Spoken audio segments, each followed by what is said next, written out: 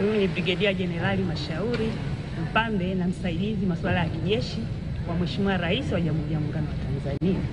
Mheshimiwa Spika, nimeelekezwa na Mheshimiwa Rais Dr. Samia Suluhu Hassan na Amiri Jeshi Mkuu wa Jamhuri ya Muungano wa Tanzania kuwasilisha ujumbe maalum kwako. Kwa heshima na taadhima, naomba nikukabidhi.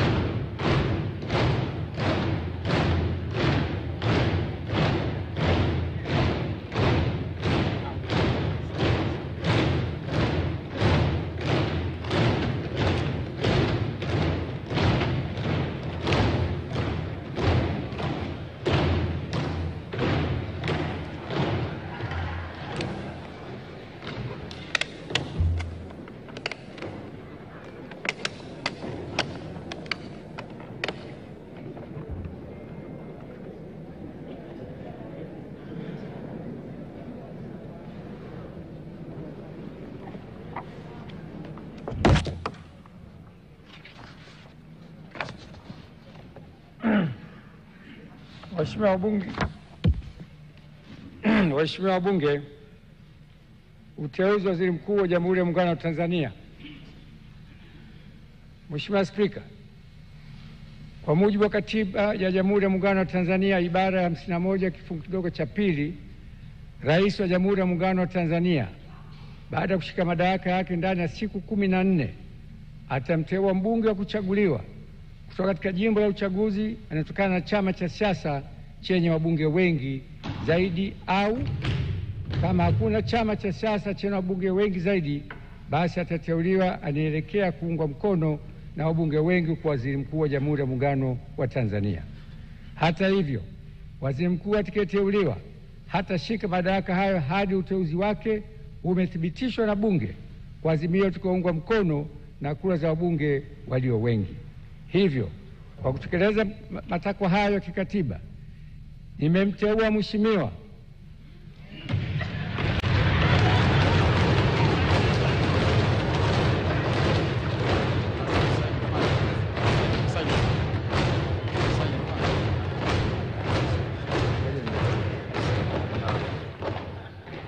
Mheshimiwa Daktari Mwigulu Lameck Nchemba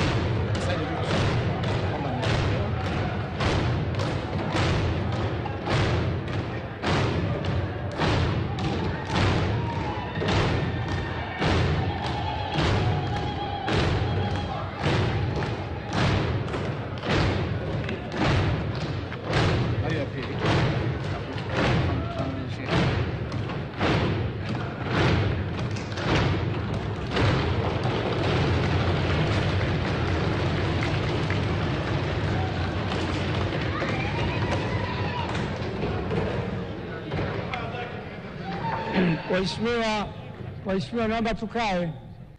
Mheshimiwa Daktari Mwigulu Lameck Nchemba amethibitishwa na Bunge kuwa Waziri Mkuu kwa jumla ya kura 369.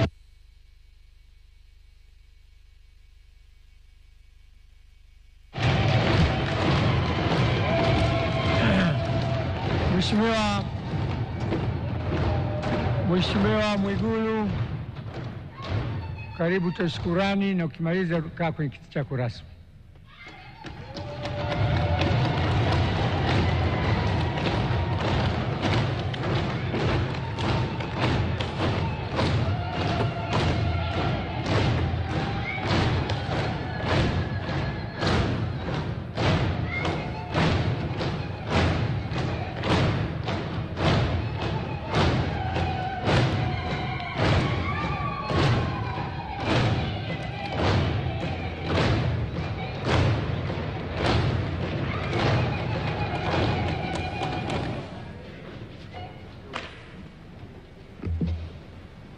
Mheshimiwa Spika,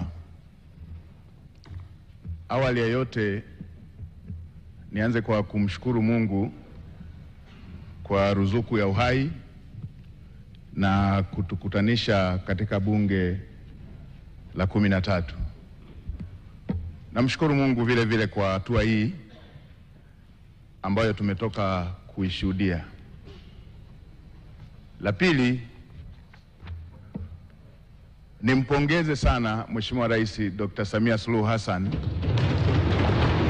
kwa kuchaguliwa kwa kishindo na Watanzania. Ushindi huo ni uthibitisho wa imani kubwa Watanzania walionayo kwake pamoja na serikali yake. Mheshimiwa Spika, katika miaka mitano Daktari Samia Suluhu Hassan amejitambulisha kuwa ni rais anayetaka matokeo ya haraka yanayotatua matatizo ya Watanzania. Amefanya hivyo wakati alipoapishwa kulikuwa na tatizo kubwa la umeme. Aliweka jitihada kubwa za kukamilisha mradi mkubwa wa bwawa la Mwalimu Nyerere na kuachilia umeme ule ambao umemaliza kabisa tatizo la kukatika kwa umeme na kuipa nchi ziada ya umeme. Alipoingia madarakani kulikuwa na tatizo la vifo vya kina mama wajawazito pamoja na watoto kutokana na upungufu wa hospitali na vituo vya afya. Katika kipindi kifupi amejenga zaidi ya hospitali 119 za wilaya, zaidi ya vituo vya afya 649 katika kata mbalimbali na zaidi ya zahanati 2800 kwa nchi nzima. Katika kipindi kifupi kulikuwa na shida ya shule pamoja na madarasa, na tulikuwa tukiona baadhi ya wanafunzi wakisomea chini ya miti. Katika kipindi kifupi amejenga shule mpya zaidi ya 2700 za msingi na amejenga zaidi ya shule 1300 za sekondari na madarasa zaidi ya 1097. Hivyo hivyo katika sekta zingine ikiwemo kununua CT scan hospitali zote za mikoa, MRI kwenye hospitali zote za kanda, pamoja na kununua mitambo ya kuchimbia maji kwenye kila mkoa na kila ukanda. Hiki ndicho kilichowafanya Watanzania wamchague kwa wingi na nimetaja tu kwa uchache.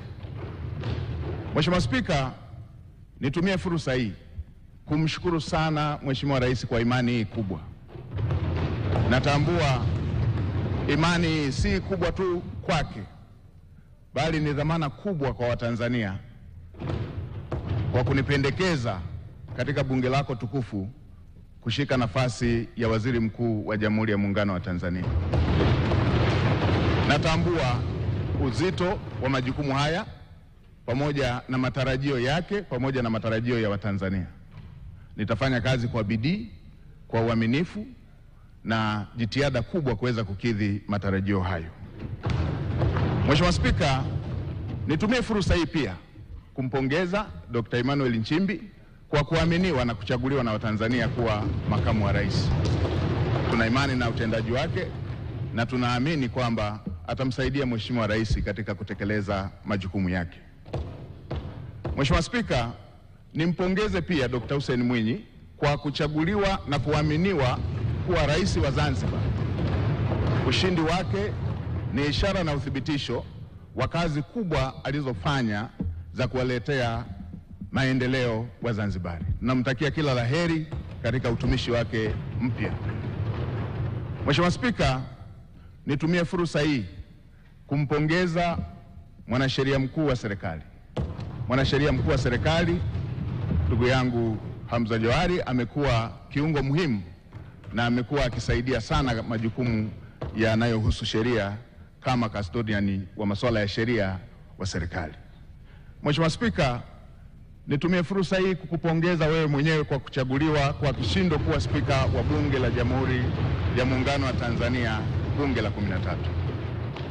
Natambua nia yako thabiti ya kulifanya bunge la 13 kuwa bunge la Watanzania.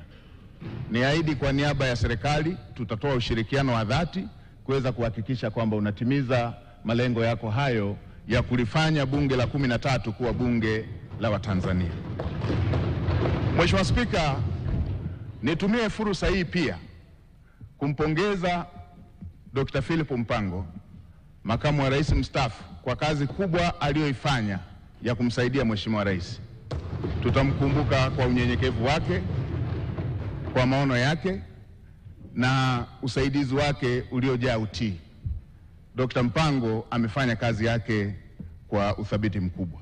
Nitumie fursa hii pia kumpongeza Mheshimiwa Kassim Majaliwa, waziri mkuu mstaafu.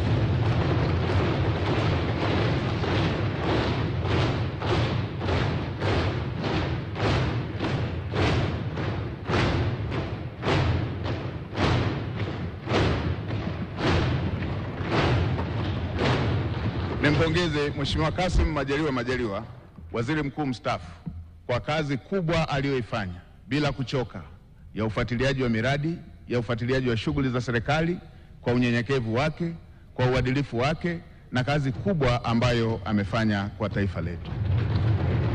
Naamini kila Mtanzania anatambua jitihada alizofanya katika kumsaidia Mheshimiwa Rais.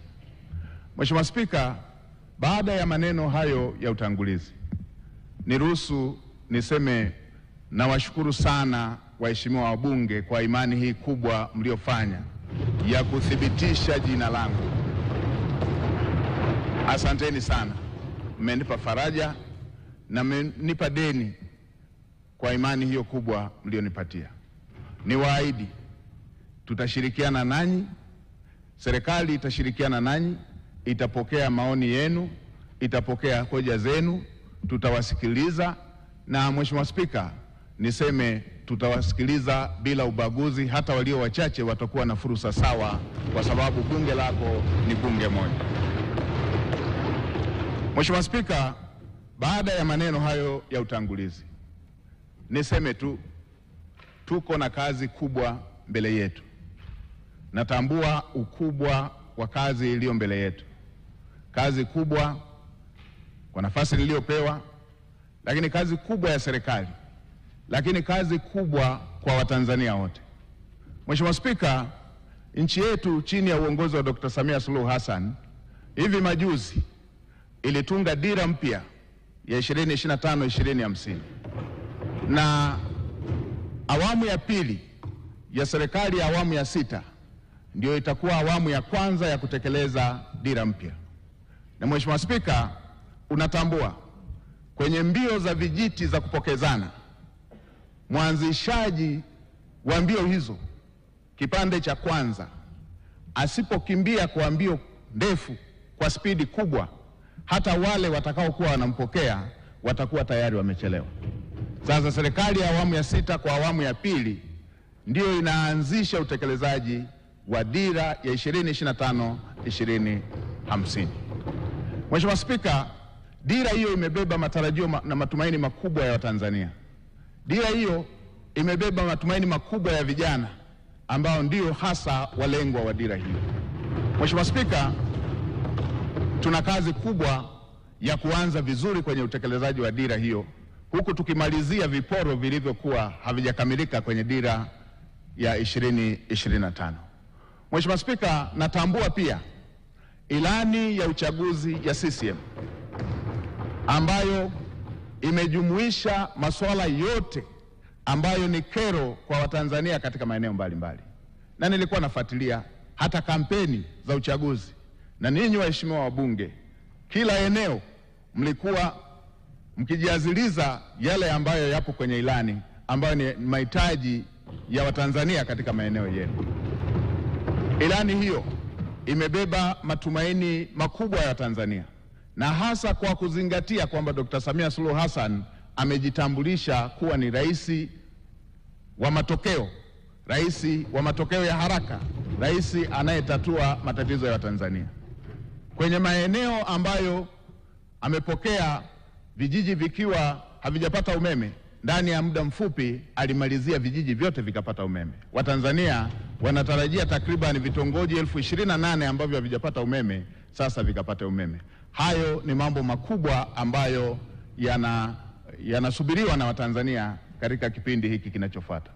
Si hivyo tu, Mheshimiwa Rais ametoa ahadi kupitia ilani ya uchaguzi kushughulikia tatizo la ajira kwa vijana, takriban kutengeneza ajira zisizopungua milioni 8 kwa ajili ya vijana wa Kitanzania. Hii ni kazi kubwa ambayo tutafanyia uratibu, usimamizi kuweza kuhakikisha kwamba ndoto ya Mheshimiwa Rais ya Watanzania wa vijana wetu kupata ajira inatimia. Tutaratibu mpango mkakati ndani ya serikali na kushirikisha sekta binafsi kuweza kuhakikisha kwamba dira hiyo ya Mheshimiwa Rais ya kutengeneza ajira zisizopungua milioni 8 inakwenda kutimia. Mheshimiwa Spika, pamoja na Tanzania kuwa nchi tajiri, bado tuna asilimia isiyopungua 8 ya Watanzania, asilimia 8 ya Watanzania wanaoishi katika umaskini wa kupindukia. Tuna takribani asilimia 26 ya Watanzania wanaoishi kwenye umaskini wa kipato.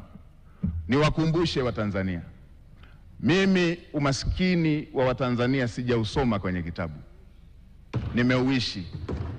Na Mheshimiwa Spika, katika maisha yangu haya, katika umri wangu huu, miaka takribani 32 nimeishi katika maisha hayo ya umaskini. Nimeishi katika maisha ambayo, kwa wale wanaokumbuka, kule vijijini mama zetu, dada zetu wakivaa gauni huwa wanajifunga nguo kiunoni. Ile nguo anayojifunga dada yangu, ile nguo anayojifunga shemeji yangu ndio ilikuwa nguo yangu ya kujifunika. Kwa hiyo kabla hajamaliza shughuli zake za kila siku, silali mpaka akalale ili nipate shuka ya kujifunika. Na asubuhi kabla hajaanza kazi lazima niamke ili ile nguo niliyojifunika ndio yeye iwe nguo ya kujifunga ili aweze kuanza majukumu yake. Ninatambua mazingira ya kulala, unaenda kuchunga, ukirudi nyumba nzima inavuja, na utakapolala inabidi ujifunike ile ngozi ili matone yale yanayoendelea kuvuja angalau yatue kwenye ngozi. Na yatambua maisha hayo. Natambua mnaenda kula pamoja na watoto wote rika mbalimbali, mko takriban 20 kwenye chungu kimoja cha mboga, chungu kimoja cha sahani moja ya ugali.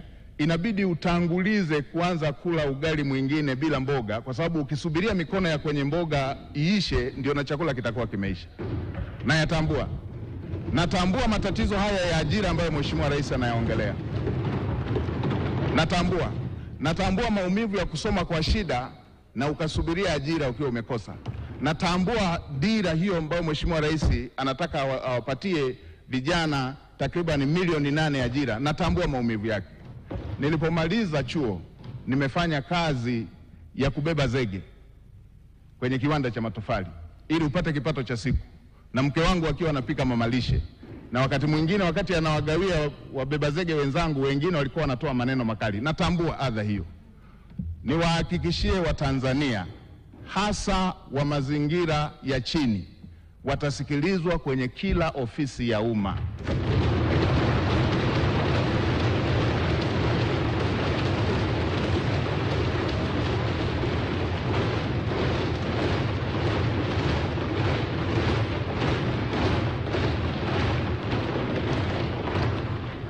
Kila aliye Mtanzania, hii nchi ni yake. Watanzania wote watasikilizwa kwa nidhamu katika ofisi za umma. Watasikilizwa kwa nidhamu katika ofisi za umma. Watanzania watafikisha kero zao, na watumishi wa umma watakwenda kwenye makazi, kwenye maeneo ya Watanzania kutatua kero za Watanzania.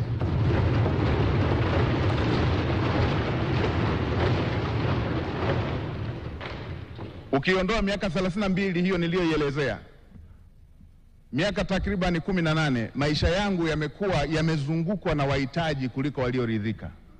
Nikiwa na watoto takriban 100 nao kaa nao, na bweni la wanawake na wanaume, wasichana na wavulana hapa. Natambua mahitaji na uhitaji wa Watanzania. Naitambua. Kwa kutambua hilo, naamini yale yaliyo dira ya Mheshimiwa Rais katika kutatua kero za Watanzania. Niwahakikishie Watanzania nitasimamia kwa uadilifu, nitasimamia kwa jitihada, nitasimamia kwa kuhakikisha kwamba hayo yanatimia.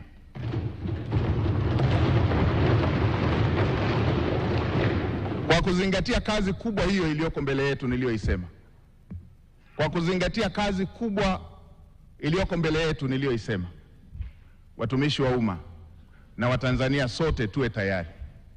Lazima tuende kwa gia ya kupandia mlima.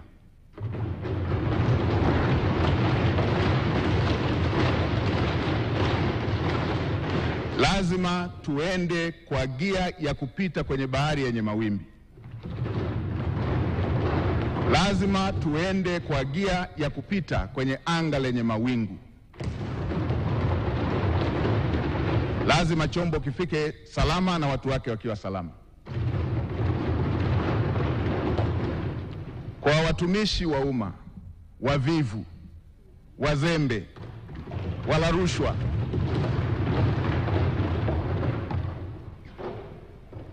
na wenye lugha mbaya kwa Watanzania, tuwe tayari. Wavivu wote, wazembe wote ndani ya ofisi za umma, nitakuja na fiekeo na rato. Lazima